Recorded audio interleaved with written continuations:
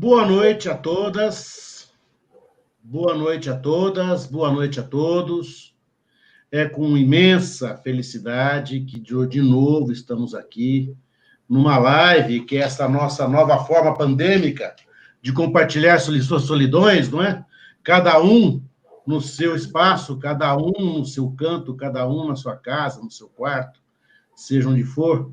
E hoje, com essa maravilhosa Luzia Cantal, que me suporta e diz que me ama, mas eu sei que não pode ser verdade, é impossível isso, né? Recebemos duas grandes figuras do universo, eu não vou dizer jurídico brasileiro, é um universo muito maior, né? Que o universo, eles fazem parte de um universo filosófico, de um universo holístico, de pessoas, daquelas pessoas que sempre procuramos e sempre perguntamos e sempre teremos as respostas que nós não encontrávamos, porque eles nos sugerem algo que nós ainda não havíamos visto. Eu falo da Adriana Ancona, essa maravilha, simpaticíssima, agradável, sorridente, legal, próxima, terna, certo? Que é uma grande constitucionalista da PUC de São Paulo e que vai conversar conosco junto com um gigante, que é o Alisson Mascaro.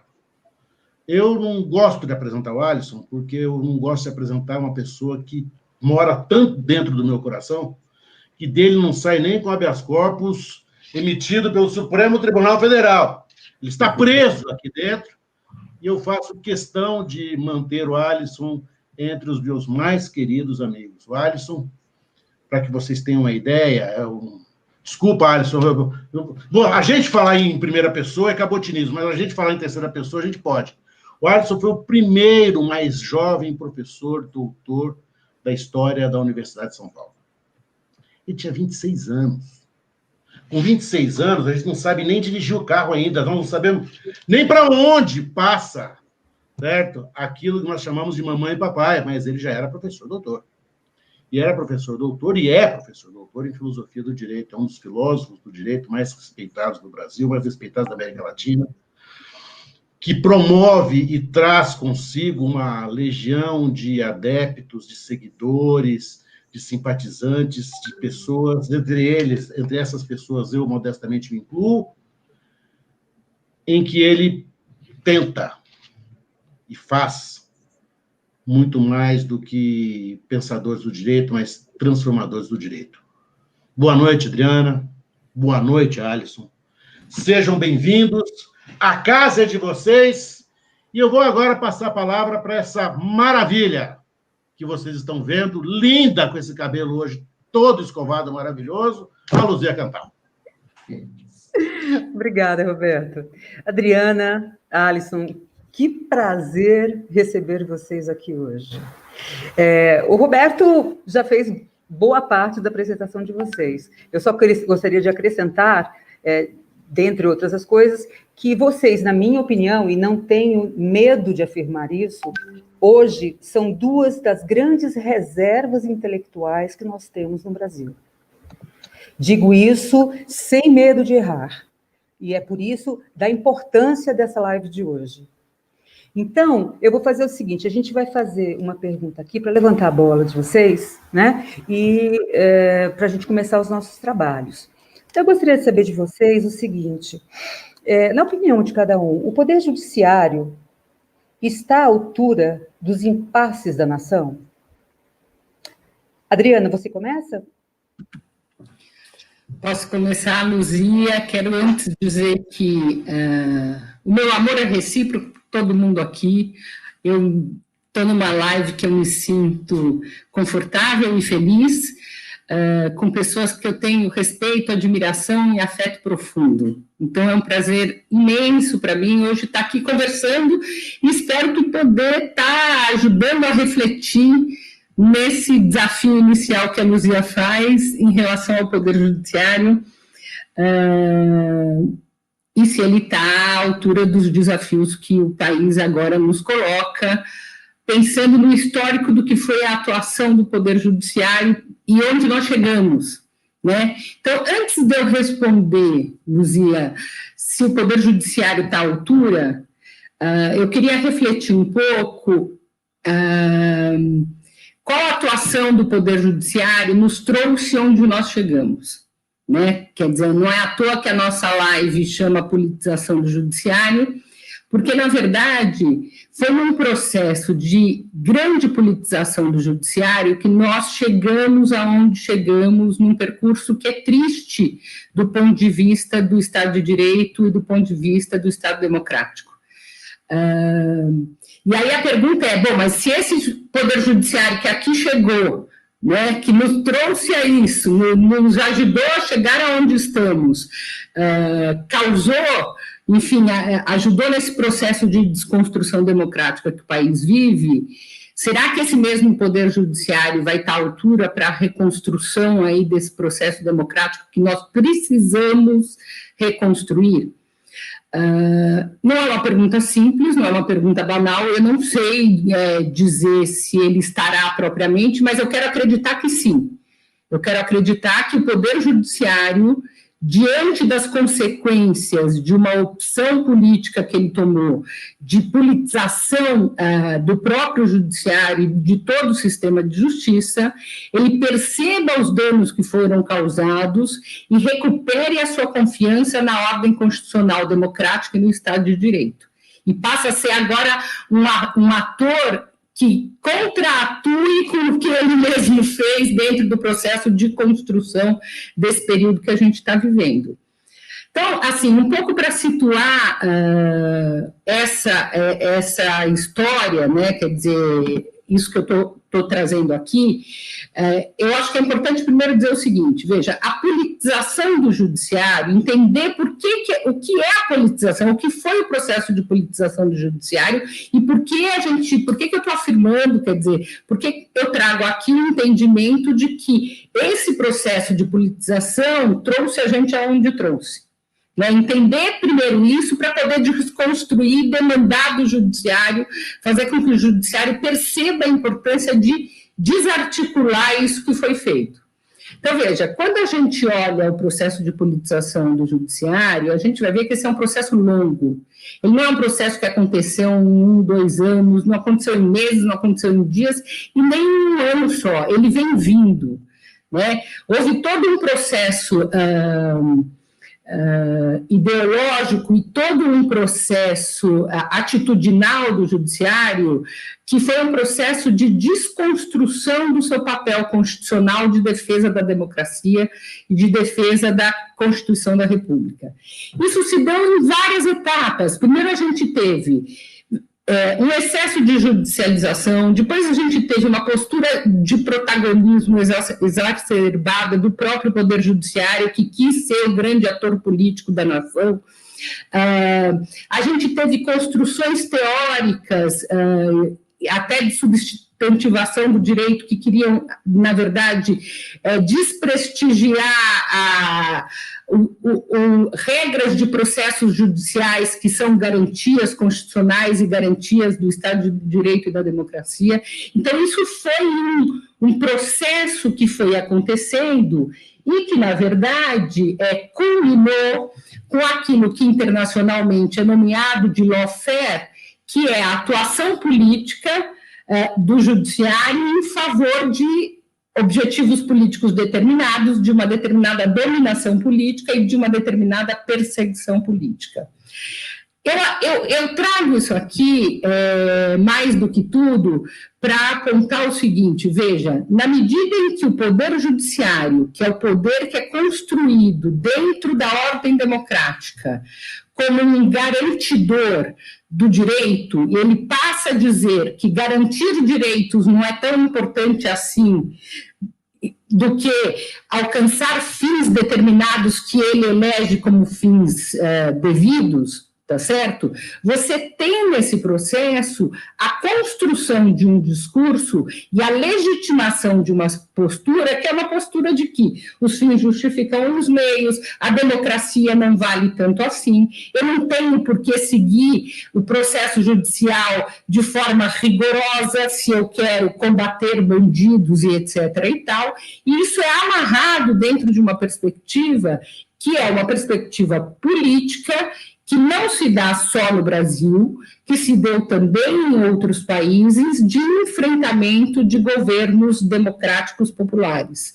Né? Isso também é importante perceber, quer dizer, na medida em que pós-88, quando a gente saiu de uma ditadura militar, a construção de uma ordem jurídica, de uma ordem constitucional compromissada com avanços sociais e com liberdades públicas, tá certo? E amarrada com esses deveres, quer dizer, pela ação institucional de cada poder, quando isso começa a avançar e a gente alcança um governo democrático popular que quer garantir esses avanços de forma mais contundente e se contrapõe aí a interesses da elite nacional, da burguesia nacional e a interesses geopolíticos imperialistas internacionais, você passa a ter uma nova construção, e isso é novo na história do mundo, porque você passa a ter uma preocupação de que vale tudo para combater esses governos. Não vamos mais, dentro do processo civilizatório, não dá mais para bancar a perspectiva da força como a estratégia de destituição de governos. Porque há, sim, um acúmulo em favor de ideários democráticos, um acúmulo em favor do Estado de Direito, que comprometeria aí a legitimidade de pessoas que viessem a derrubar governos dentro de uma perspectiva de força, dentro de uma perspectiva militar. Mas aí você passa, então, a ter uma outra estratégia, que é uma estratégia de criminalização da política e que é uma estratégia de destituição de governos populares com base numa grande bandeira, uma bandeira transnacional de um suposto combate à corrupção, que é uma bandeira que, veja, todo mundo é contra a corrupção. Ninguém defenderá a corrupção, governos não podem defender a corrupção e sociedades civis são particularmente contra a corrupção. E devem ser, os poderes instituídos devem ser contra a corrupção e combater a corrupção. Mas a bandeira de combate à corrupção não pode ser pretexto para a derrubada de projetos políticos. E mais do que isso, a bandeira de combate à corrupção não pode ser viabilizada e aplicada e realizada em contraposição àquilo que é a atuação legítima de um poder. O judiciário, quando a gente pensa na questão do que foi o processo da Lava Jato, e mesmo quando a gente pensa na atuação do próprio Supremo Tribunal, aceitando, né, procedimentos completamente antagônicos à proteção do Estado de Direito, ele foi naturalizando a ideia de que o Estado de Direito não é tão essencial assim.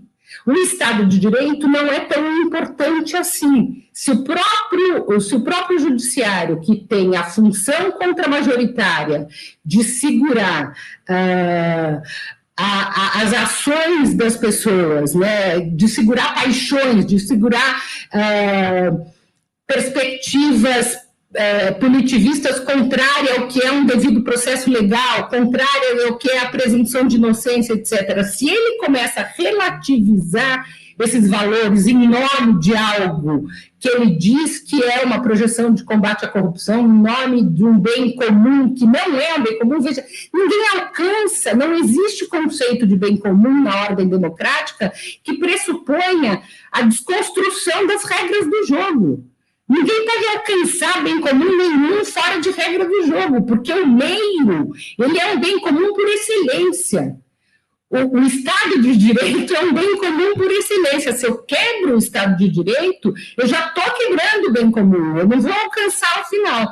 Mas na hora que o Judiciário atuou nesse sentido, né, e aí os exemplos são inúmeros, depois, se a gente quiser, a gente discute questões específicas da Lava Jato, a gente discute o que foi o impeachment da Dilma sem haver crime de responsabilidade, a gente pode discutir o que foi a própria destituição do Eduardo Cunha, de uma forma, a destituição dele como parlamentar de uma forma contrária à previsão constitucional do que poderia ser feito. Quer dizer, eu estou até trazendo pessoas de mais de um partido para que fique claro que isso não é uma questão exclusivamente partidária, é uma questão de conduta, é uma questão de eu me dou a condição de autoridade sem controle. A autoridade sem controle é o pressuposto do autoritarismo. Né? O que combate o autoritarismo é a possibilidade de controle que se estabelece a partir da regra do jogo. Se eu digo que a regra do jogo não importa e eu passo a ser uma autoridade sem controle, eu acabei com a democracia neste momento. Então, nessa hora, eu acho que tem uma questão que é absolutamente importante, que é a gente perceber, veja, eu não acho que o nosso judiciário, e se a gente pensar, eu não vou nem falar do judiciário como um todo, o sistema de justiça como um todo tem mil situações preocupantes e que eu acho que esse processo pelo qual nós passamos demonstra isso, né, e nos acautela nesse sentido. A gente precisa revisitar várias questões do sistema de justiça.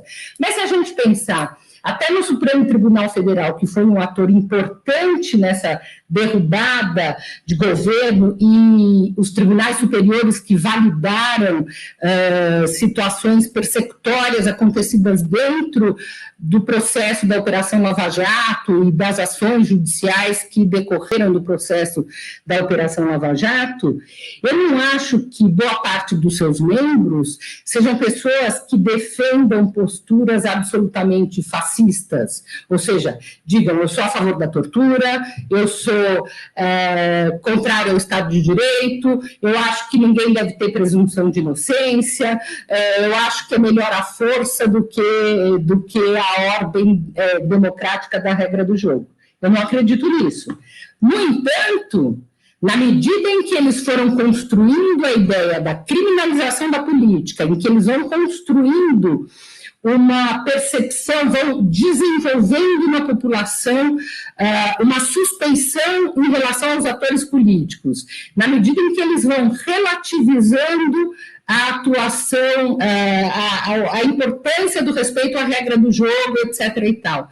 Na hora que isso acontece, cria-se um caldo de cultura de fragilização da ordem democrática que nos traz ao processo de eleição de uma representação que abertamente é contra o Estado democrático. Então, a eleição do presidente Bolsonaro, e aqui eu digo com tranquilidade, porque ele fala, não sou eu que estou falando.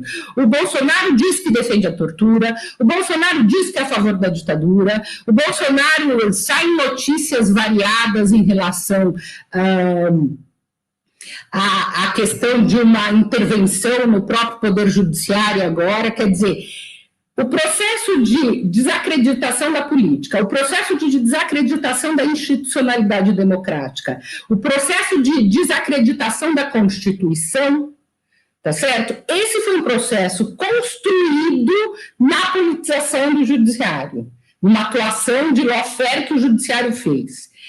Ao construir esse processo, ao legitimar, tá certo, atuações abusivas, etc., você constrói dentro da percepção ideológica da população em geral a ideia de que, bom, talvez seja melhor mesmo a gente enfrentar a vida sem tanta proteção a direitos. Né? O Judiciário nos ensinou que o direito é obstáculo. Direito não é garantia, não é proteção, não é solução, é obstáculo. Tanto que ele derrubou os obstáculos na hora que ele derruba os direitos. Então, veja, se direito é obstáculo, por que nós vamos ter democracia? né? E aí você passa a autorizar a percepção de que, bom, talvez seja bom mesmo acabar com a democracia, talvez seja bom mesmo buscar uma representação política declaradamente antidemocrática, talvez seja bom mesmo buscar uma representação política antissistêmica, talvez seja bom buscar uma representação política uma produção sustentável de mundo, tá certo? Se dentro dessa perspectiva de lawfare, junto com a questão dos direitos políticos também, houve uma identificação na hora que eles focam o inimigo como as representações democráticas populares, se há uma identificação de que os representantes políticos que defendem um Estado forte, um Estado que possa agregar direitos à população em geral, etc. e tal, como um projeto político que alimenta a corrupção do mundo, o melhor é eu também fechar com outro grupo político também da perspectiva econômica. Melhor é eu apoiar o neoliberalismo, é melhor eu desconstruir os direitos sociais que foram construídos com muita luta, muito sangue e suor de gerações em gerações. Quando a Constituição diz que esses direitos são cláusulas pétreas, e quando a Constituição diz que esses direitos estão protegidos até contra o desejo da população atual, agora, o desejo majoritário até que pode ser dentro de uma questão conjuntural, há um respeito ao processo civilizatório. Há um respeito à ideia de que direitos são conseguidos historicamente com muita luta, com muita briga, com muita organização popular. E o povo não pode perder, dentro de uma situação conjuntural, os direitos que gerações e gerações adquiriram. Tá certo? Eu não posso, dentro de uma situação atual, defender que isso se desconstrua assim. Então, aí você tem uma amarração, quando a gente fala do lawfare, do que foi essa atuação, você tem uma amarração de uma perspectiva de derrubada de interesses políticos determinados, democráticos, né, de desconstrução da importância da ordem constitucional do Estado de Direito e também de derrubadas de conquistas sociais em cima de plataformas econômicas neoliberais e por aí vai. Só para finalizar, eu diria, agora entrando, este judiciário, na sua pergunta, na sua provocação, porque até agora eu só dei um histórico, na sua provocação eu diria o seguinte: esse judiciário nos trouxe onde nos trouxe. Mas agora cabe a ele nos tirar também, nos ajudar a sair de onde nós chegamos. E acho que, de alguma maneira, aí eu preciso dizer, na hora que foi eleito um presidente da República, não vou nem discutir, porque eu não acho que a eleição foi tão legítima assim, prenderam um candidato, quer dizer, isso fez parte de um pupurri que depois a gente pode voltar. Mas, de qualquer forma, na hora que a gente tem um presidente da República com representatividade, hoje saiu uma pesquisa dizendo a representatividade dele. O apoio dele cresceu, né? Cresceu até em cima de coisas que o parlamento fez, não ele. Isso também depois a gente pode discutir. Mas a verdade é que naturalizou-se um discurso antidemocracia, um discurso anti-Estado de Direito, e agora cabe ao judiciário, de novo, recuperar a importância daquilo que ele destruiu. O judiciário, ele tem uma função contramajoritária de proteção da ordem constitucional, da democracia brasileira e do Estado de Direito. E é esta função que ele vai ter que cumprir agora e vai ter que ser, aí sim, um ator na construção de contrapeso e de controle da ação presidencial. Eu vou parar por aqui, porque o meu tempo acabou, e passo para o Alisson agora fazer suas considerações. Obrigada, gente. Alisson? Obrigado, muito obrigado. Boa noite a todas e todos. É uma honra e uma satisfação receber este convite do meu querido amigo e irmão Roberto Tardelli.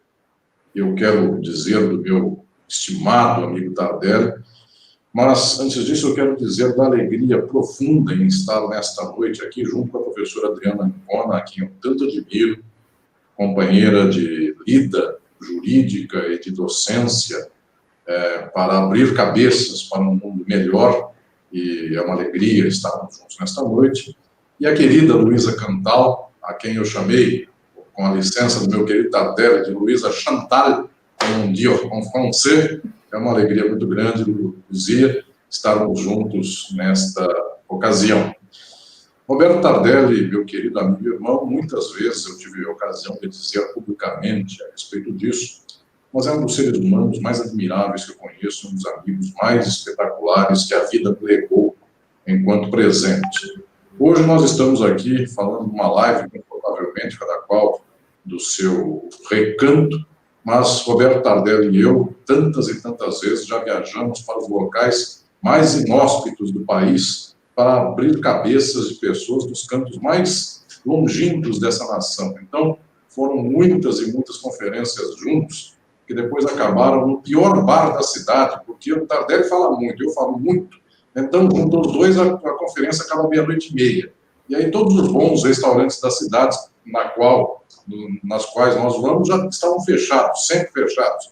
Então, nós fomos sempre dos piores lugares das boas cidades, não vou também ofender as cidades eram boas, mas os piores lugares, e a gente sentava em mesa de plástico, aquela cadeirinha dobrável, enferrujada, e a gente tomava a pior coisa que pudesse ter por lá, porque era a única que tinha, e a gente ficava até 5 da manhã, e a gente só ficava até 5 da manhã porque às 7 saía um avião, e nunca era direto para São Paulo. A cidade, em geral, era tão ruim que o avião fazia escala em algum lugar, para depois fazer outro, e depois chegar aqui para São Paulo. Então, Tardelli é meu querido irmão de muitas aventuras e muitas lutas na vida, desde o tempo de promotor de justiça até os dias de hoje, como um ímpar advogado, e tantas coisas fizemos em conjunto, e hoje, mais uma vez, a alegria de estarmos aqui nesta reflexão, junto com a Adriana, junto com a Luzia, e junto com todas vocês e todos vocês que nos acompanham.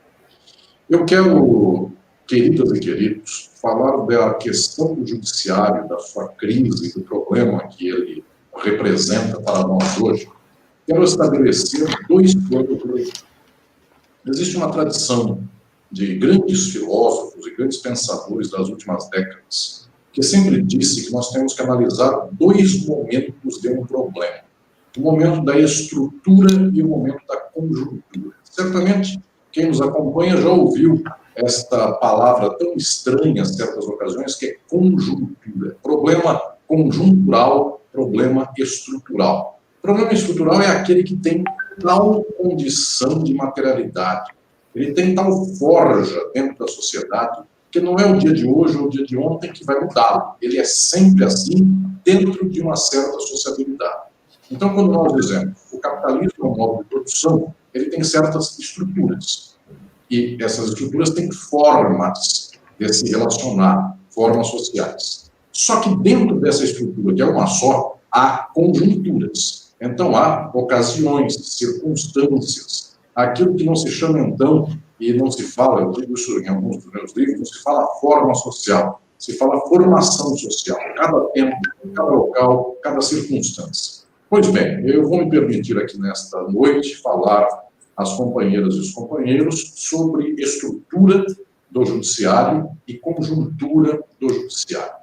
Quanto à estrutura, senhoras e senhores, eu penso aqui que eu não falo algo que venha a assustá-los, nem a assustá-las. Eu tenho falado isso por muitos anos, tenho escrito sobre isso. O meu livro mais recente foi Crise e Golpe, para analisar, livro que fiz para analisar esse quadro do Brasil. Tratei especificamente do problema do judiciário e quero aqui dizer com muita clareza às companheiras e companheiros que nos acompanham. A estrutura dos judiciários é para manter esta ordem existente. Não há nenhum exemplo do mundo de sociedade que tentou se melhorar e o judiciário levantou a transformação social para tirar de quem tinha mais e dar para quem tinha menos. O judiciário dos Estados Unidos da América defende toda a ordem de ilegalidades, de imperialismos, de guerras que fazem os presidentes dos Estados Unidos. Nunca houve judiciário que tivesse limitado a desgraça estadunidense dentro do próprio país e pelo mundo. Então, basicamente, as funções judiciárias em países que são plenipotenciários do mundo são as funções judiciárias comezinhas. O que eu quero dizer por comezinho? Quero dizer assim, existem muitos capitalistas dentro de um Estado capitalista. Quando um briga com o outro, o judiciário resolve em favor de um contra o outro. Então, muitas vezes, o judiciário bate num certo poder econômico em favor do outro, mas ele nunca bate contra todos os poderes que exploram a sociedade. Ao mesmo tempo, ele pode perseguir um contra o outro. Eu dou o exemplo do Brasil. O judiciário destruiu a Odebrecht.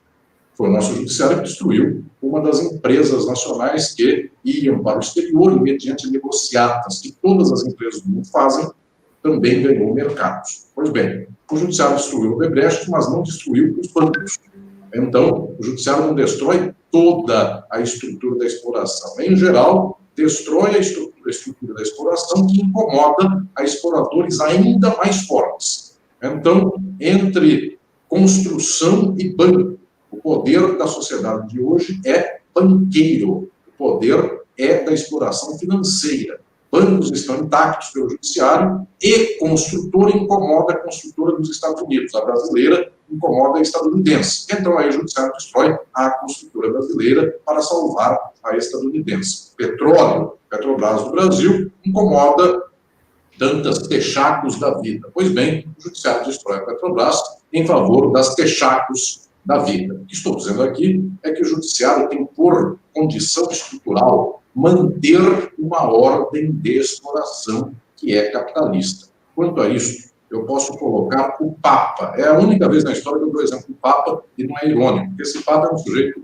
bastante razoável. O Tardelli e eu, um dia o chamamos de Chicão, mas isso depois de muita inspiração. Mas muito bem, o Chicão, isso foi 3 da manhã, ao som de Raimundo Soldado. Quem não souber quem é Raimundo Soldado, procure, porque a gente estava no Maranhão conversando sobre teologia.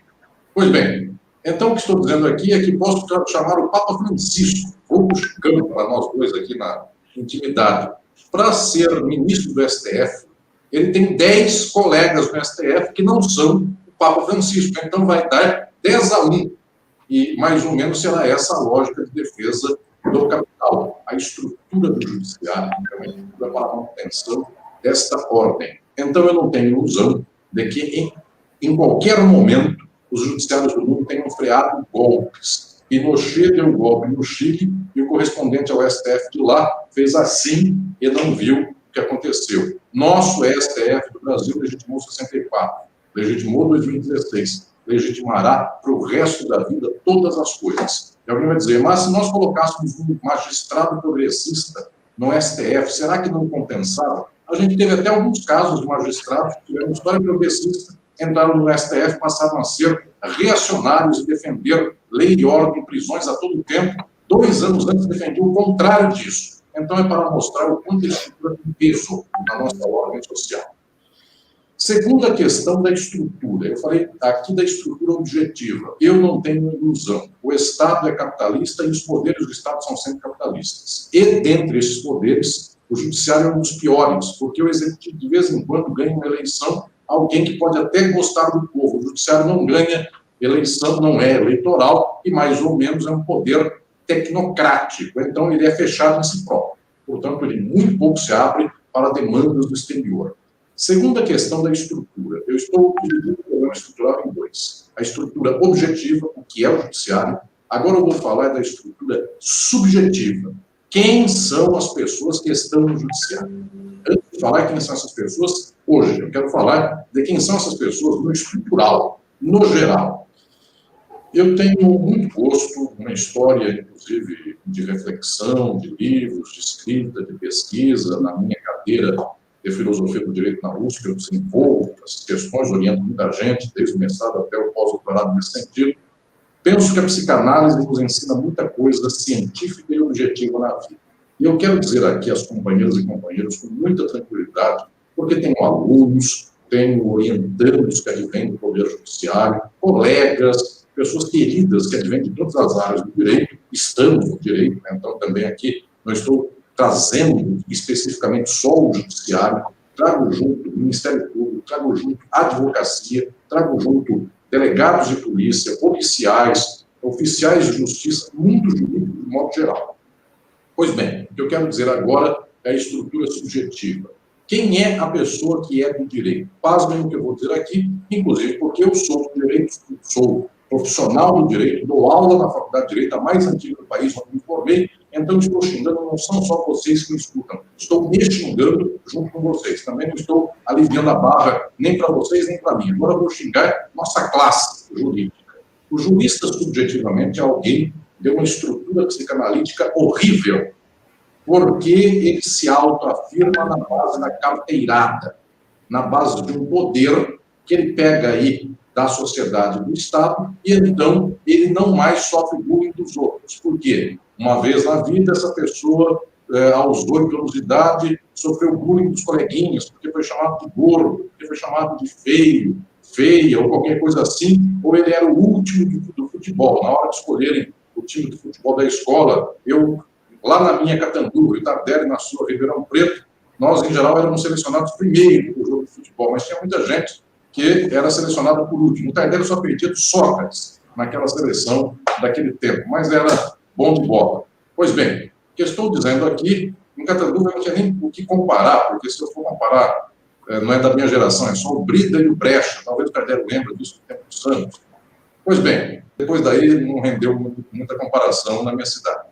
O que estou dizendo aqui é que, efetivamente, a pessoa sofre um punhado de tormentos na vida. Aí um dia ela fala assim, sabe aquele do futebol que era o fortão, ele vinha por trás, dava carrinho, quebrava a perna dos outros? Pois bem, eu vou ser juiz de direito.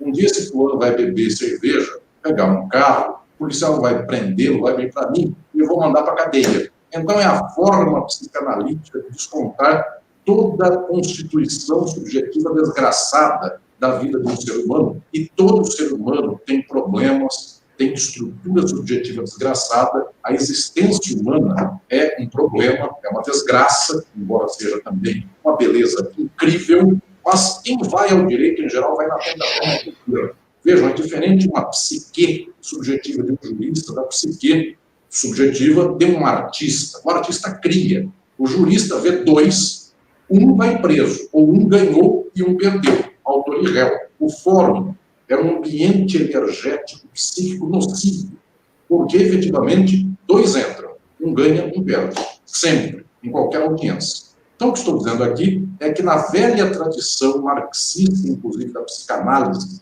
o que organiza subjetivamente o direito é thanatos, que é esse princípio lá do pensamento grego da morte, enquanto muita profissão é organizada por eros, erótico, criativo. Por exemplo, quem pinta um quadro tinha uma tela em branco. Ele criou do nada, ninguém morreu. Havia 0, ele fez nascer 1. Juristas, entraram 2, ele matou 1.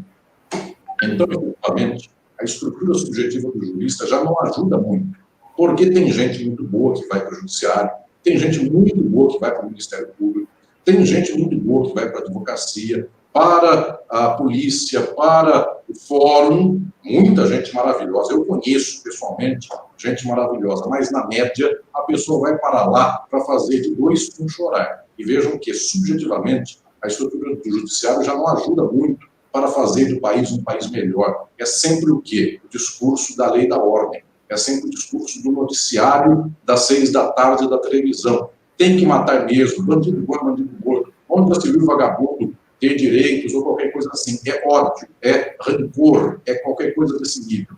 Tardelli e eu, já volto a falar aqui, somos velhos de guerra e de convivência e de luta. Quando a gente encontra jurista na frente, não vocês, quem está me acompanhando em geral é uma pessoa excepcional aí que está ouvindo pelo YouTube, porque 7 da noite parar para ouvir a gente já é uma pessoa mais samaritana, nem Luzia nem Adriana, mas via de regra, quando o Tardelli e eu, a gente encontra um jurista na frente, a gente vai conversar com o faxineiro do local para não conversar com o jurista. É melhor. O faxineiro tem mais experiência de vida. Ele é uma pessoa mais simpática, ele conta do filho dele, ele conta com orgulho da vida dos outros, enquanto o jurista é uma espécie de classe peculiar. Pois bem, agora eu chego na terceira questão. Falei da estrutura objetiva, da estrutura subjetiva. O direito e o judiciário são para a ordem.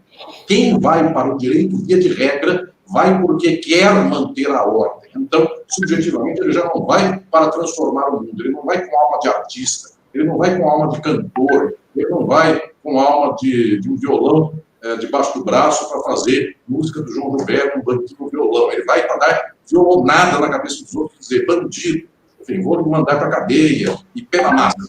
Pois bem, agora eu chego no conjuntural. Isso sempre foi a história do judiciário do mundo e dos poderes jurídicos do mundo. Só que hoje se passou aqui um dado peculiar. Esta é minha tese que venho escrevendo faz alguns anos e venho desenvolvendo nas ocasiões em que tem falado pelo Brasil e por aí. Esta forma de organização do jurista mudou de uns 15 ou 20 anos para cá. Um pouco depois da Constituição de 88, nós tivemos uma mudança do jeito de ser o jurista e do jeito de organizar o judiciário. Mudou a conjuntura. A estrutura é sempre de dominação e sempre o jurista é mais ou menos uma pessoa que vai dar carteirada nos outros. Volto a dizer, é o contrário de quem faz poesia. Quando vocês vão para uma faculdade de letras, as pessoas estão de chinelo, de camiseta regata, de sainha florida, etc. e tal, e estão declamando poemas do Boccaccio, também para nosso gosto aqui, Tainara, você que gosta de poesia. Pois bem, então a pessoa está vendo poesia bonita e etc. e tal. Para gosto da Adriana e da Luzia, eu vou falar poemas do Camões.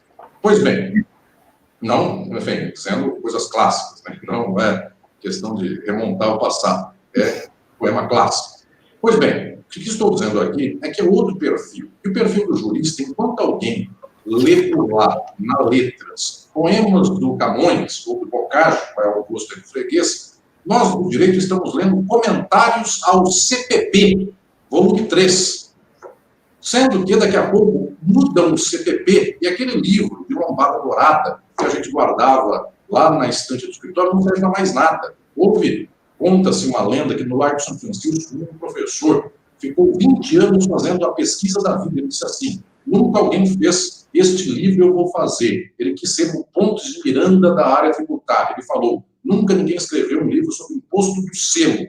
Ele passou 20 anos escrevendo sobre o imposto do selo. 6 meses antes dele completar o livro e defender a tese, o governo revogou o imposto do selo. Então, 20 anos da vida dele foram jogados no lixo, porque esse instituto jurídico não tem mais. Vejam, é diferente de ler Camões. Faz 500 anos e o Camões está aí. E vai ter 1000 anos o Camões por aí. A alma é perene. E a alma do jurista é o auto processual do dia. E daqui a pouco acabou isso. Conjuntura. O que mudou?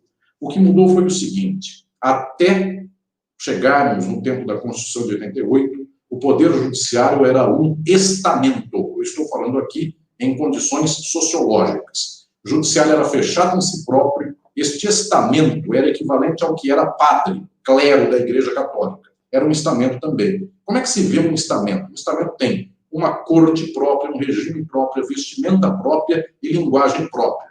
O padre de 40 anos atrás, 50, ele tendia a ter uma pronúncia à la italiana. Então, o padre nasceu lá perto entre Catanduva e Ribeirão, deixa eu pensar uma cidade, nasceu em Barrinha. Lembra de Barrinha, Tainara? Lembra dessas? Jabuticabal, enfim. Eu estou falando aqui só de grande cidade. Então, vamos lá. O fulano nasceu em Jabuticabal. Já dei palestra em Jabuticabal, tenho alunos por lá. Pois bem, esse fulano que está por lá, nesta condição, imaginem que o cara era padre. O padre de Jabuticabal nunca foi ao Vaticano, mas ele fala como se fosse um italiano. Irmãos, Deus o abençoe, porque ele escuta os outros padres falando do mesmo jeito, ele fala igual. Jurista era estamento do mesmo jeito. Por que isso? Porque o jurista chamava o outro de nobre colega. E imaginem o que é, no interior do Maranhão, um fulano chegar lá em Santa Inês, terra do interior do Maranhão, chama o outro nobre colega. Parece uma corte espetacular, de babado, de renda e coisas mais. Então, naquele sol de 40 graus de Santa Inês. Então, a pessoa pega um traquejo da fala do outro, vira uma corte. Pega a expressão data máxima vênia e coisas mais que ninguém sabe o que é. Então, as pessoas não sabem o que é colenda, câmara, a pessoa não sabe o que é excelso pretório, sai falando, enfim, não tem noção, mas fala. Isso era um estamento jurídico. Pessoas que tinham revista dos tribunais na lombada, porque era dourado, bonito, capa dura, então fazia uma estante bonita. Ele nunca leu nada daquilo, mas fazia uma boa decoração. Pois bem, hoje isso acabou. Jurista e poder judiciário não é mais estamento.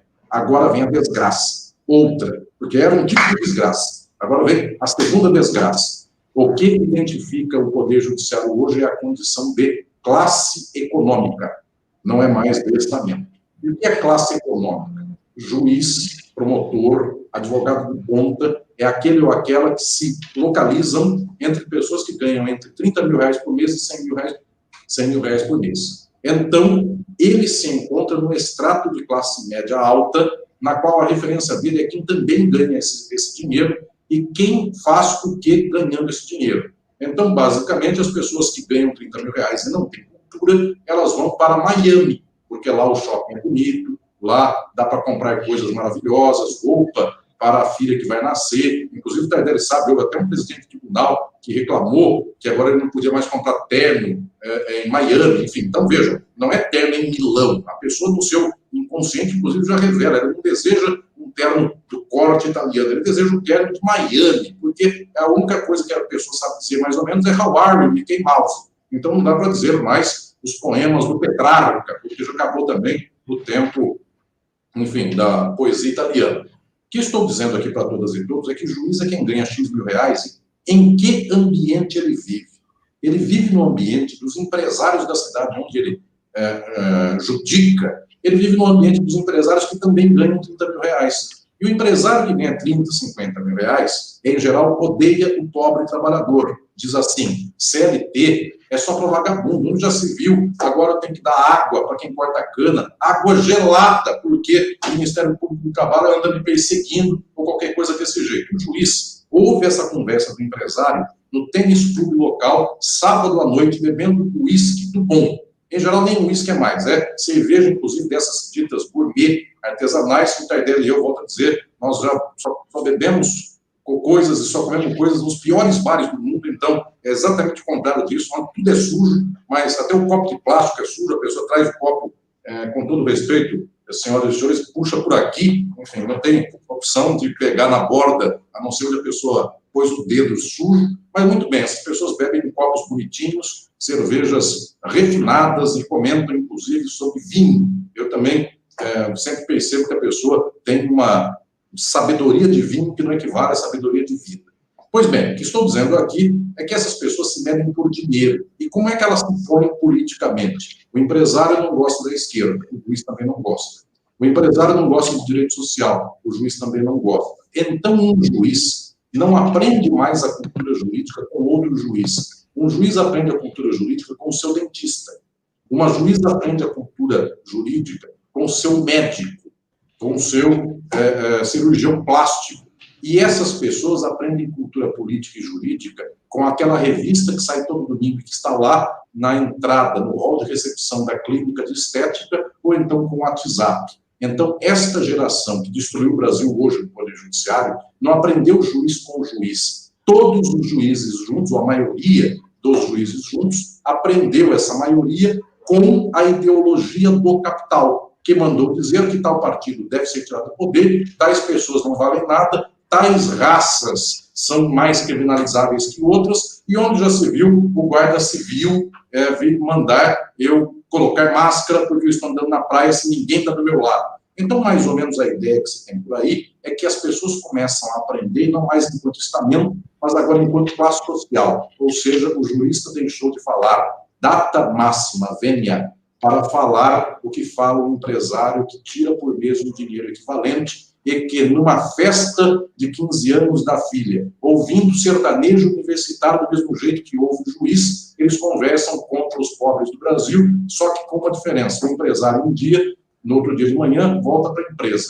E o juiz, no outro dia de manhã, prende o pobre em relação ao qual ele ouviu e falou no dia anterior da festa. Então, para iniciar esta reflexão, senhoras e senhores, eu não tenho ilusão. A estrutura do judiciário é para a dominação. As pessoas que vão ao mundo jurídico, tirando as exceções, e há muitas. Gosto de vocês, eu gosto de mim também, gosto de todos e todos vocês que estão me acompanhando. Tem muita exceção, mas a regra é triste. E mais que tudo, a partir de agora, já faz uns 20 anos ou 30 anos, o que orienta ser jurista é quanto dinheiro ganha, não é mais dizer que tem uma RT de lombada dourada, é pelo contrário. Qual é o chão de mármore que ele pôs no escritório, ou qual é o ar-condicionado de última geração que ele tem na sala dele, e via de regra a sala não tem livro nenhum, ele não pega um livro na mão, basta apenas transacionar no mundo do dinheiro junto com os ricos. Este é o problema. Nós vamos voltar daqui a pouco, e eu quero poder aqui, junto com a Adriana, com Luzia e com o Tardelli, pensar, dado este cruel problema, qual é a nossa solução. Obrigado. Eu tô besta. Eu tô assim. Você sabe aquele... Olha, é fantástico ouvir duas pessoas que tenham essa clareza de raciocínio. Eu estava vendo ontem, o Tribunal de Justiça editou uma resolução, não sei se você viu, Adriano, não sei se você viu, Alisson, não sei se você viu, Luzia, criando trabalho voluntário no Tribunal de Justiça. Eu quase caí do cavalo, falei, meu Deus, trabalho voluntário? Primeiro, não existe isso, não tem essa forma de ingresso no serviço público. E o que me chamou a atenção, Alisson, e eu acho que a linguagem ela é muito reveladora, é que não tem mais diretor, é gestor, que é a expressão mais neoliberal que existe no planeta. Desculpe a expressão, que coisa de louco que é o gestor. O que é isso? É quem está gerindo, é quem está gerando. Quem é o gestor que não é mais o diretor que a gente estava acostumado a ver. Nós estamos, mas isso vem da identificação com esse neoliberalismo que vai mudando as expressões, esse vocabulário que vem lá da Faria Lima, essa coisa assim que vai deixando, que vai nos transformando em seres muito individualistas. Eu queria fazer uma pergunta para vocês, exatamente nesse sentido. A perda do sentido histórico, que vocês também colocam, da magistratura, do Ministério Público, da própria advocacia, que virou uma profissão em busca do carro importado, a perda desse sentido histórico é possível recuperar? O Roxin ele tem uma expressão que eu acho muito interessante. Ele fala que a volta à legalidade sempre é muito dolorosa. Dói muito voltar à legalidade. O que importa na restrição de direitos que eu me autoconcedi. Eu que sou o dono do direito. Eu queria saber de vocês, é possível e de que forma a gente poderia fazer? Como fazer? Vamos levar esses juízes para uma fazenda, vamos ensinar o pessoal a plantar, colher, quem sabe nasce um ser humano lá de dentro? Né? O que poderíamos fazer para que a gente possa recuperar, não tudo, imagina, não temos essa ilusão, mas alguma coisa no sentido jurídico que nós não tenhamos, por exemplo, uma justiça que legitimasse, não é a minha área, eu sou trabalhista, mas quando eu vi a perda da carteira de trabalho, eu me senti meio órfão do primeiro documento que eu tive na minha vida. Foi a carteira de trabalho. Eu tive a carteira de trabalho antes de ter a carteira de identidade. E ela hoje não existe mais. Eu queria saber de vocês, é possível a gente retomar isso, recuperar um pouco da lucidez? Até quando vai esse delírio? Querida Adriana, querido Alisson. Eu queria... Começa, Adriana, é isso. Alisson, você vai falar por último, você perde em 2 quesitos, né? No quesito de gênero e no quesito da ordem alfabética também ela ganha. Né? Pois é. Afinal, eu sou A, B, L, A, L. Tem essa diferença. Bom, deixa eu aproveitar a reflexão que o Alisson fez, que a gente fez pegadas muito diferentes, mas eu acho bastante interessante, e a provocação do Tardelli. Porque são diferentes na reflexão, quer dizer, a pegada que cada um fez foi diferente, mas são em sentidos equivalentes. Né? Eu fiz uma análise muito mais focada dentro da ordem democrática, do Estado de Direito, do que foi o lawfare, o que foi esse momento mais específico, que a gente pegou e o Alisson faz uma análise estrutural, né, do papel do judiciário, do sistema capitalista, da questão da força e do próprio direito enquanto um instrumento de força, do qual eu concordo plenamente, quer dizer, eu tenho clareza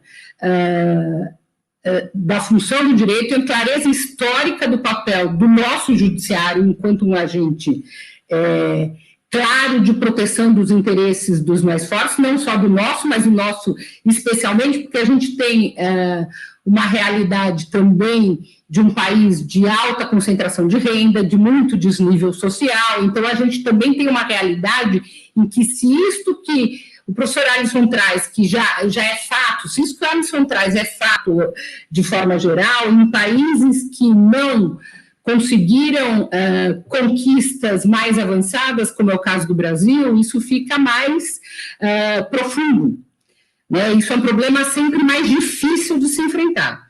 E aí a discussão, e até com algumas provocações aqui dos nossos ouvintes, dos nossos companheiros, do pessoal que está aqui, que é uma provocação assim, olha, o Estado de Direito não vai dar conta disso, o Estado de Direito, o Judiciário, né, e como é que a gente vai fazer dentro dessa relação, e aí isso com essa função histórica. Então, eu vou pegar primeiro duas questões. Tardelli, acho que assim, a sua provocação do ponto de vista da recuperação do processo histórico e do papel que a construção civilizatória de Estado de democracia, de Estado de Direito e de democracia traz, se isso algum dia vai ser incorporado como uma perspectiva de dever, ou ao menos como uma perspectiva de análise, não digo nem de dever, mas de análise, de afinal, por que o mundo fala disso, dentro da classe jurídica, tá certo? Para não falar mais do estamento que se desfez, mas da classe jurídica, se isso se é possível recuperar isso, não sei, porque é uma classe com alta identidade de privilégios. Então, isso é bastante difícil, e hoje, na desconstrução do estamento, essa identificação em cima dessa realidade de privilégios, e essa identificação de interesses de classe e de ideários de classe que o Poder Judiciário passa a ter cada vez de forma mais aguda, vai nos deixando com maior fragilidade dentro da percepção de, pelo amor de Deus, será que o Judiciário vai lembrar que ele veio? Quer dizer, por que existe esse poder? Ainda que dentro de uma perspectiva liberal capitalista. Eu não estou nem... Assim, nós temos realidades distintas e já tivemos realidades distintas dentro do nosso país. Eu não acredito que a solução para recuperar ganhos democráticos no país e para desconstruir o crescimento de uma posição neoliberal e neofascista e que agudiza a relação de autoritarismo e de privilégios, possa ter uma solução encampada e nem mesmo como primeira ordem, como provocada pelos poderes instituídos, especialmente pelo judiciário. Não é o judiciário que vai nos garantir isso. Isso é luta social que garante. Nós vamos ter que voltar a fazer luta social, a gente tem que voltar a se organizar. A gente não podia ter parado, a gente parou, mas a gente não podia ter parado.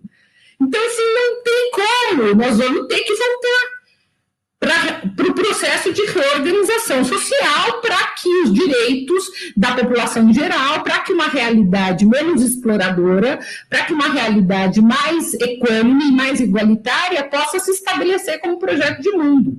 Isso eu não tenho nenhuma dúvida, né? Mas, por outro lado, eu tenho que também jogar e demandar e cobrar dos poderes instituídos, embora ideologicamente, politicamente, eles possam estar aliados com interesses de classes que sequer se comprometem com a ordem instituída, quer dizer, que não se beneficiam da ideia de democracia e tudo mais, mas eu tenho que cobrar desses poderes instituídos que eles cumpram com essa ordem. Na verdade, faz parte da nossa organização social, não só mobilizações, não só ações de enfrentamento de estruturas autoritárias e de estruturas concentradoras e de políticas neoliberal e de desconstrução da carteira de trabalho, que realmente, assim, para mim, quando a reforma trabalhista passou e ninguém saiu à rua e ninguém falou nada, eu falei, agora foi. Não tem mais jeito. Num país que está com a classe trabalhadora desorganizada desse jeito, o sistema financeiro ganhou, a elite ganhou, entendeu? Acabou.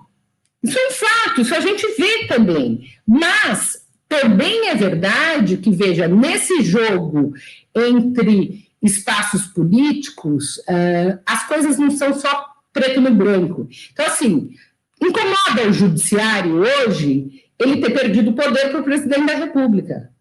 O presidente da República ameaça intervir no judiciário. Isso não é uma bobagem, porque também a classe jurídica, ainda com identificação de classe, quer ela poder mandar. Não é?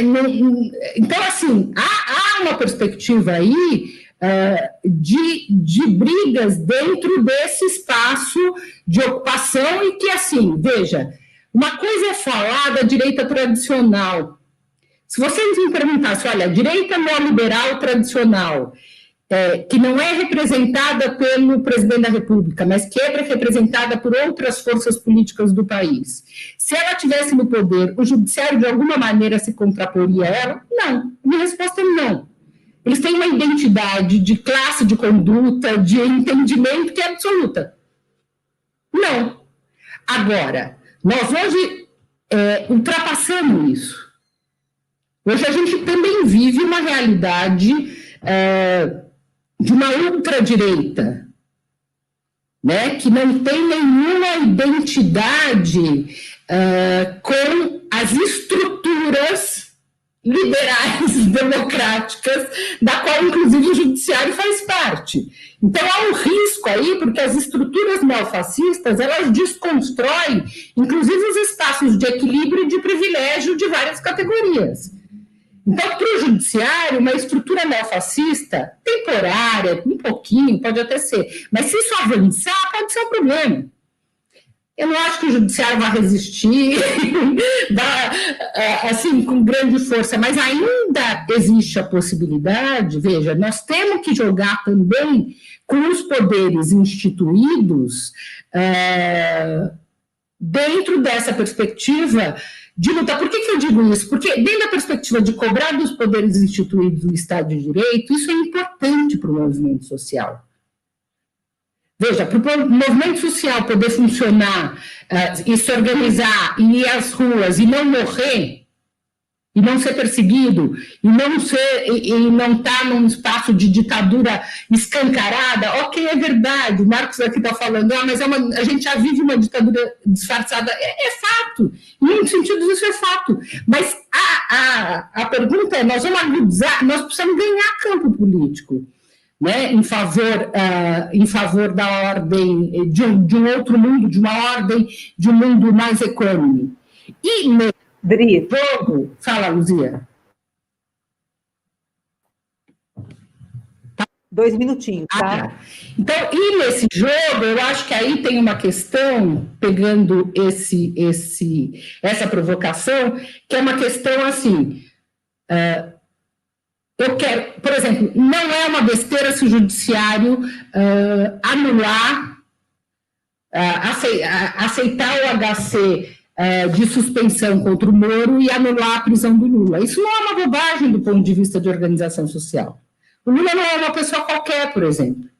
Né? E a negativa de uma prática antijurídica é uma questão importante. Então, a gente tem que pensar na organização social, eu já vou acabar, a organização dos trabalhadores, a organização de classe, a luta contra o capital, tudo isso a gente tem que pensar, mas junto a gente tem que pensar qual é o jogo institucional que nos ajuda, nos atrapalha, e como a gente deve pressionar essas instituições.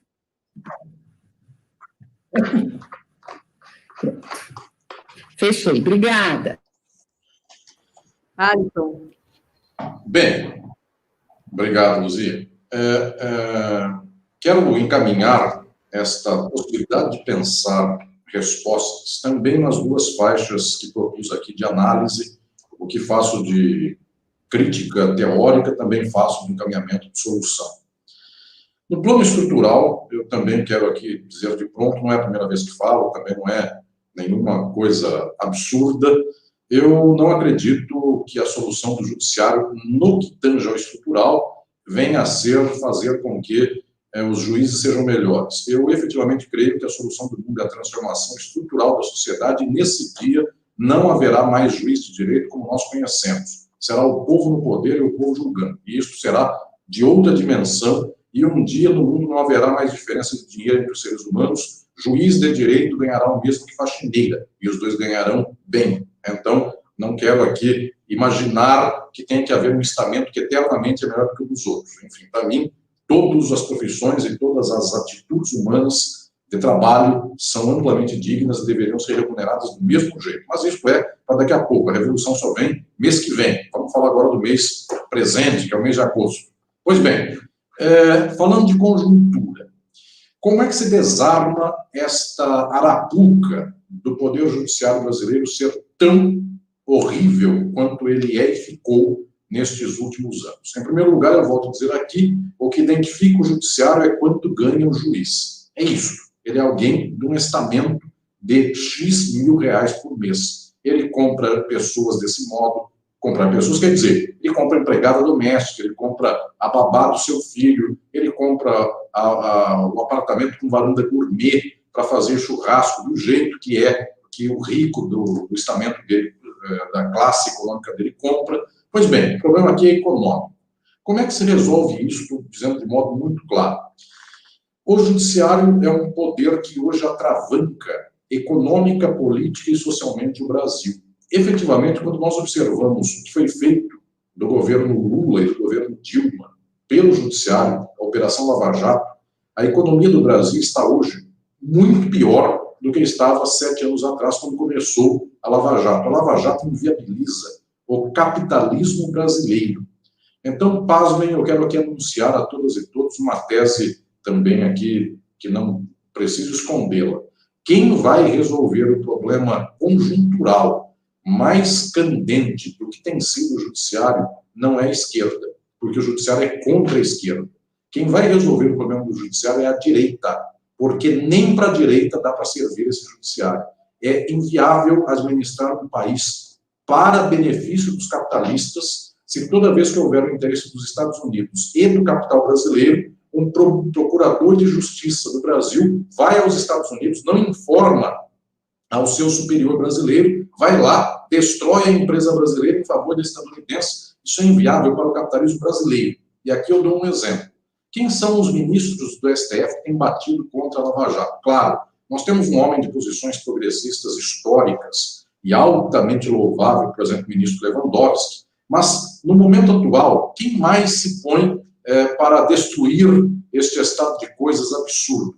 São os ministros nomeados por presidentes de direita. Não são os nomeados por presidentes de esquerda. Gilmar Mendes, Alexandre de Moraes, são os ministros que vêm de uma certa direita, que não é essa direita necessariamente que está no poder. Aqui eu faço eco ao que a Adriana acabou de dizer agora há pouco. São estes que batem na direita desgovernada do judiciário e também do Ministério Público. Então, o que estou dizendo é que a esquerda não tem força para colocar o judiciário no eixo. Vai ser a direita que vai corrigir o próprio poder judiciário. Só que aí corrige parcialmente, corrige a benefício do capital.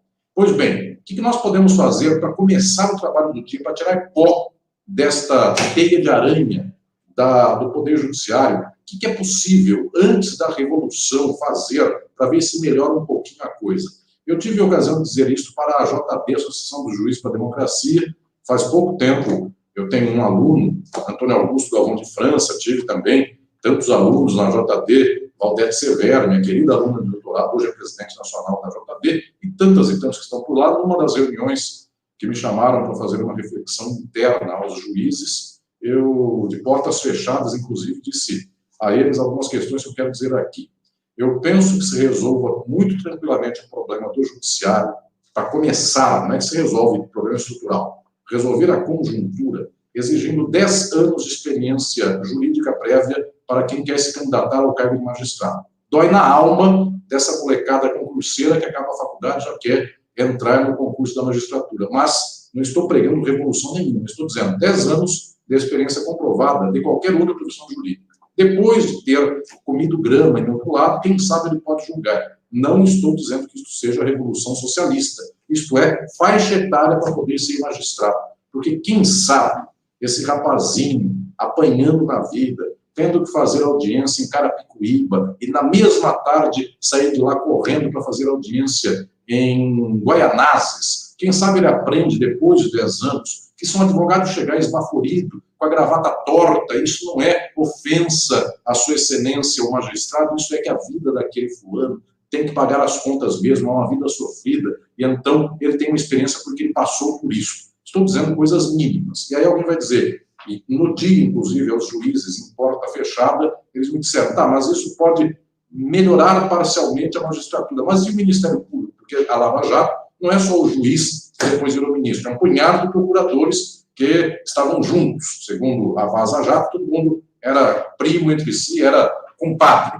Pois bem, e os procuradores? Aí, Tardelli, vai de bandeja para o nosso Ministério Público, porque também várias vezes eu falei isso para o Ministério Público, falei, ano retrasado, nos 80 anos da Associação Paulista do Ministério Público, as comemorações do ano foram abertas com uma conferência minha para os meus amigos, e tenho tantos por lá, tantos alunos, promotores, procuradores, disse a eles também questões como estas. Como é que faz um procurador e um promotor de justiça não ter só sangue no olho e dizer, vou prender vagabundo, vou mandar para cadeia, se atirou e pegou no coração e matou, vai saber se era gente boa ou não, pelo menos limpou mais um para a sociedade. Como é que eu tiro esta alma pesada deste campo profissional que contamina boa parte deles? A mesma forma que eu falei 10 anos de profissão para alguém poder prestar um concurso de magistratura, é o mesmo critério, 10 anos de defensoria pública ou advocacia. Depois de 10 anos defendendo pobre para lá e para cá, eu posso trocar de lado do balcão e acusar. Sem defender antes, não dá para acusar depois. Então, eu estou dizendo aqui,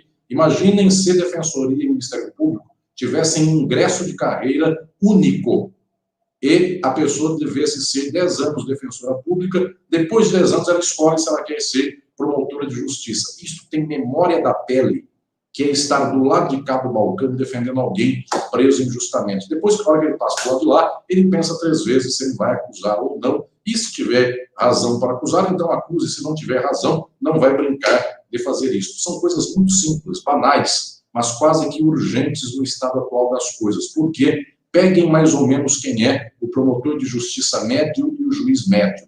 Homem branco de classe média, ficou 3 anos estudando desgraças em cursinho para passar na magistratura ou no Ministério Público, até porque, quero dizer aqui também tranquilamente, saber qual é o prazo do agravo não torna o ser humano mais justo, não torna mais sábio, isso simplesmente é um ato de adestrar cérebro, então a pessoa sai adestrada, e quanto mais é adestrada, mais rodapé vai sendo pedido em concurso, e também para a advocacia, ela diz, não xingou a advocacia. Pois bem, o que é a prova da advocacia? Não pergunta para o fulano o que é a justiça, ou de que lado está o justo, no caso X. Simplesmente também faz a mesma pergunta de qual é o prazo do agravo. E volta a dizer, o mundo jurídico, em todas as pontas, é um mundo desgraçado, na qual só tem hamster dando a rodinha, girando em torno daquela rodinha do hamster, aprendendo qual é o prazo do recurso em sentido estrito, o que é recurso de apelação e coisas mais. O que estou dizendo aqui, senhoras e senhores, é que para resolver o assunto do dia, eu daria 10 anos de experiência para todo mundo. Quem sabe a pessoa já vem com um certo choro na cara, porque quem não chorou um dia na vida não tem condição de acusar e julgar o choro do outro. Isto é para começar. Claro, depois tem muito mais coisa. Que Judiciário, Ministério Público e Advocacia não fiquem reféns de televisões que primeiro condenam a pessoa e depois o Ministério Público tem que acusar necessariamente, senão ele não sai 6 da tarde na televisão dando entrevista ou qualquer coisa desse jeito. Então tem 1000 coisas para fazer. Mas se quiserem uma só para começar, para ver se limpa a teia de aranha, para brincar de fazer esse jogo menos pior, 10 anos de comer grama para depois julgar a qualidade da grama. Então é isso que começa a ver se muda este horrível mundo jurídico dos dias atuais.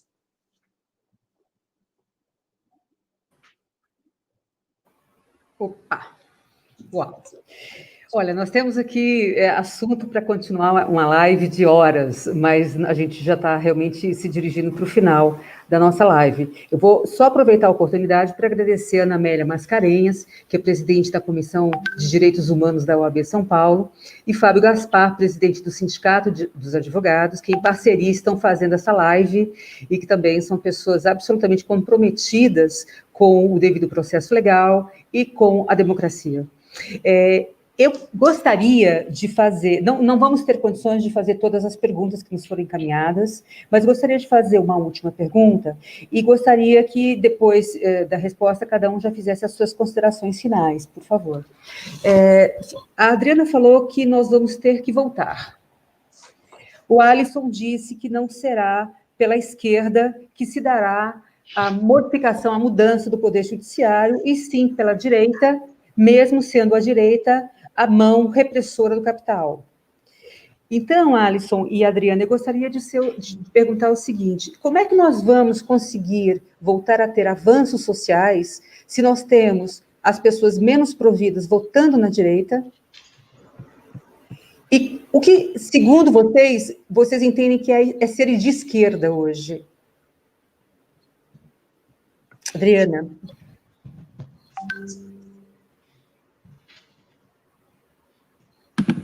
Opa, agora liberei. Vou lá rapidamente. Também queria mandar meu beijo para o Fábio e para a Ana Amélia, que estão aqui nos assistindo, tem feito comentários aqui no chat. Olha, Luzia, eu acho que é assim, veja, a direita brasileira, ela vai retornar, não, do meu ponto de vista, eu acho que ela tem um compromisso de retorno até onde nós chegamos, porque é um retorno em relação ao capitalismo nacional, aos interesses do capitalismo nacional, né? Ela vai passar daí, ela vai fazer isso. Como é que eu faço o retorno, e aí modifico o judiciário, num certo sentido, para o judiciário e outras forças, para que o interesse nacional, do capitalismo nacional, possa ter alguma sobrevida, e que a gente não só atenda a questão dos interesses do sistema financeiro, que também tem interesse nacional que está protegido dentro dessa relação internacional, e não só proteja os interesses norte-americanos, destruindo o país e as riquezas e a possibilidade de crescimento econômico, como a gente está vendo de uma forma assustadora, pandêmica, né? Como a gente está vendo de uma forma pandêmica, não são só as pessoas que estão morrendo, o Brasil está morrendo também, e eu fico pensando o custo de recuperação de tudo isso. Então, isso é uma coisa, eu acho que a direita ela vai atuar nisso e não vai ser a esquerda que vai conseguir fazer essa grande modificação, eu concordo com o Alisson. No entanto, veja, ser de esquerda, aí sim, ser de esquerda é ter o compromisso com a construção de uma sociedade igualitária. Para mim, ser de esquerda é isso.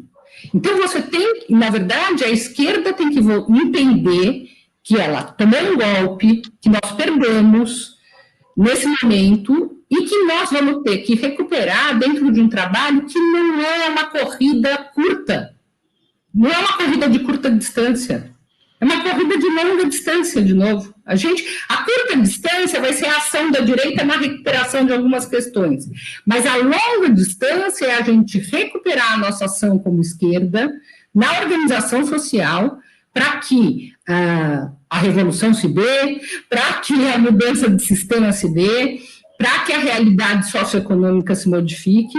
Então, para mim, ser de esquerda é isso. Essa luta é uma luta histórica, é uma luta de tempo histórico, é uma luta que não se faz de um dia para o outro, e que o Brasil vai ter que continuar brigando, e aí compondo nessas relações conjunturais, no aprimoramento institucional, no que é sistêmico e no que é antissistêmico. Veja, a gente está na mão de eleição em favor de projetos antissistêmicos do lado do fascismo. Poxa, é porque a gente também esqueceu qual era a nossa função antissistêmica.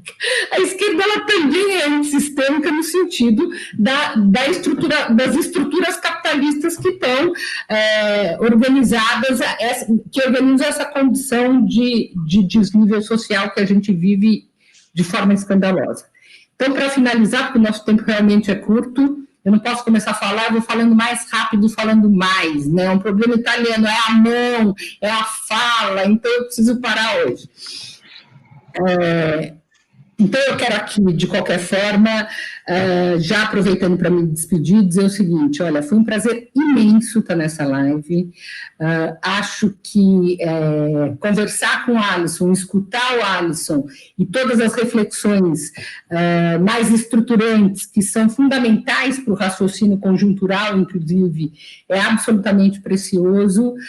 Acho que me sinto muito honrada de estar com a Luzia, de estar com Tardelli, são amigos queridos e pessoas especialmente comprometidas com tudo isso, que é uma mudança de mundo que a gente pretende, e com todo mundo que está aqui nos assistindo. Quer dizer, eu vejo pessoas fortemente comprometidas aqui também dentro dos seus comentários, né, com a mudança de mundo, tentando fazer a cabeça andar, quer dizer, nós estamos acuados, como é que a gente sai disso, qual a melhor forma da gente se movimentar, mas agradecer muito a todo mundo e mandar um beijo para cada um. Tá bom? Muito obrigada.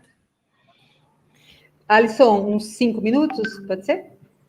Querida Adriana, o privilégio, a alegria, a honra são todos meus. Obrigado por esta ocasião de estarmos juntos, refletindo juntos e lutando juntos. E juntos, caminhando, nosso inimigo fica mais fraco, nós ficamos mais fortes. Portanto, é uma alegria enorme.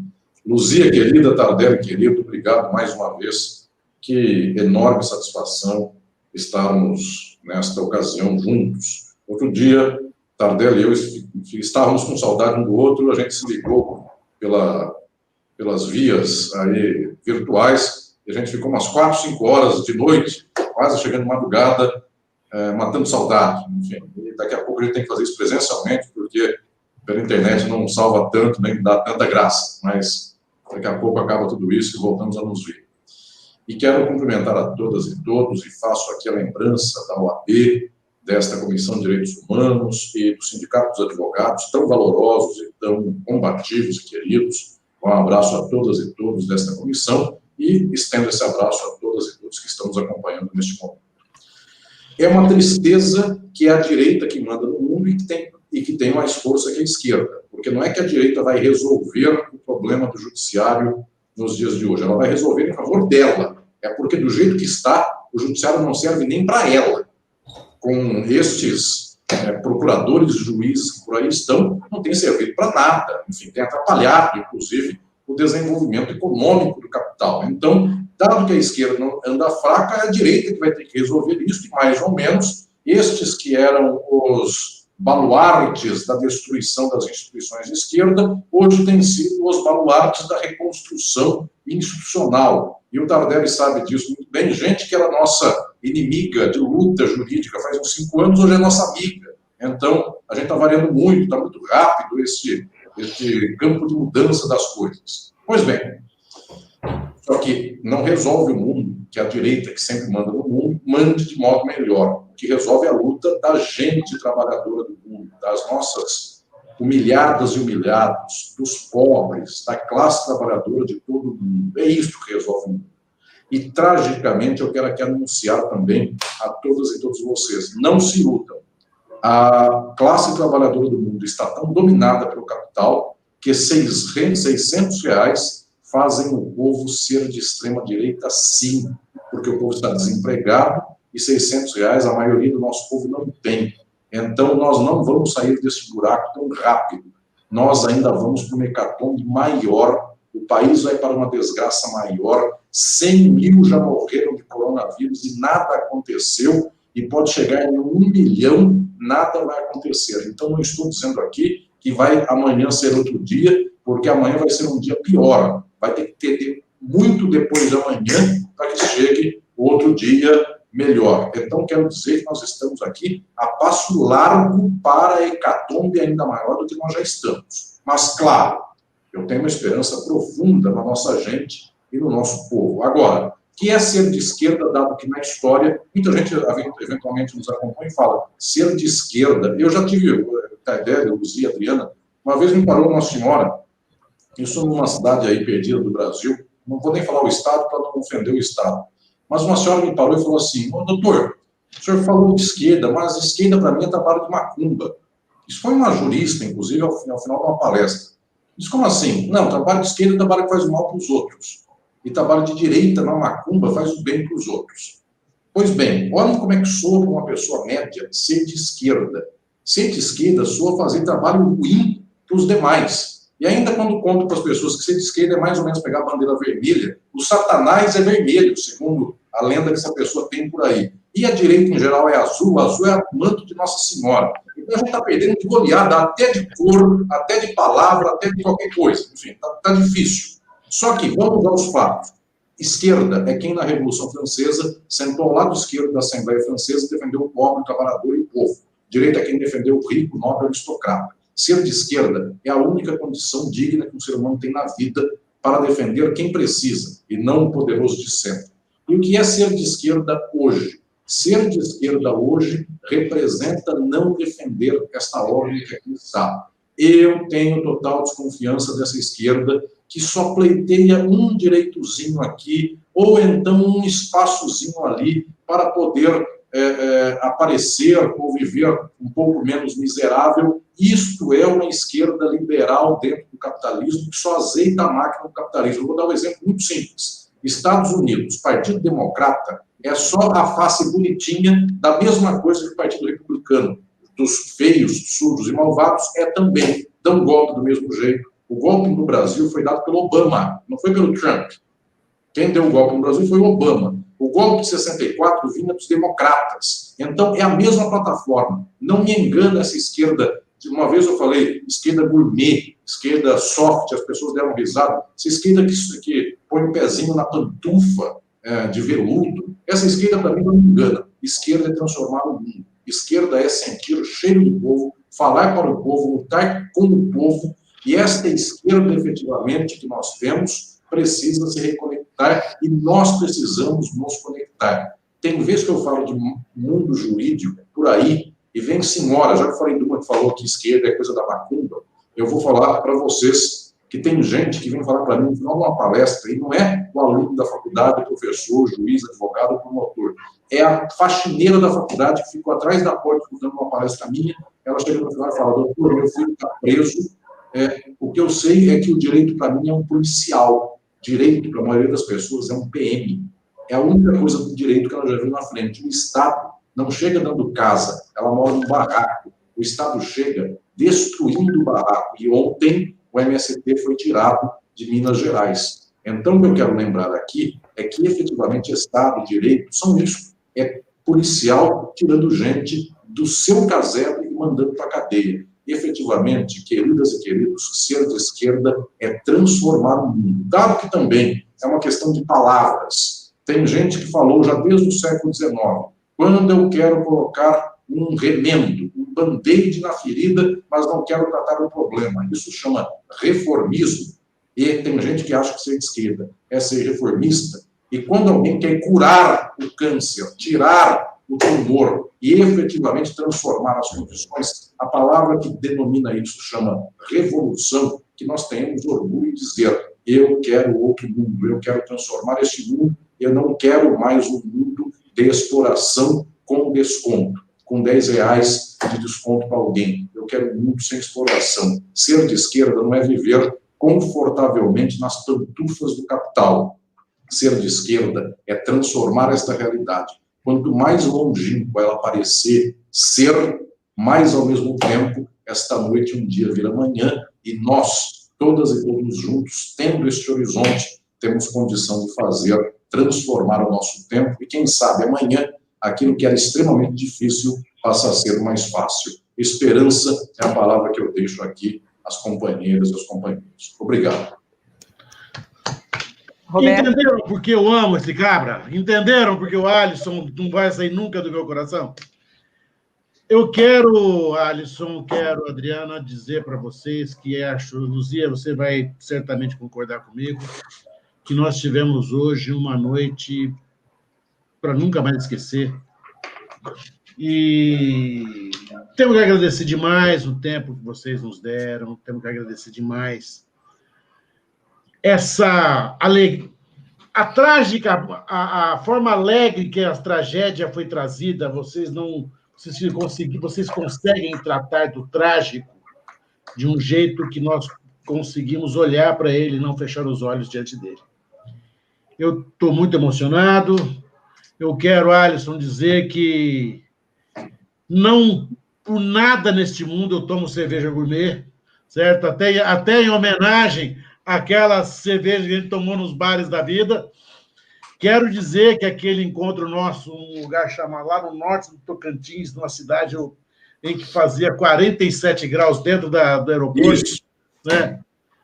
A cerveja quente, o avião que não chegava, foi aquele dia que eu aprendi a admirar, talvez, certamente, aquele que a mim tocou e transformou muito minha vida.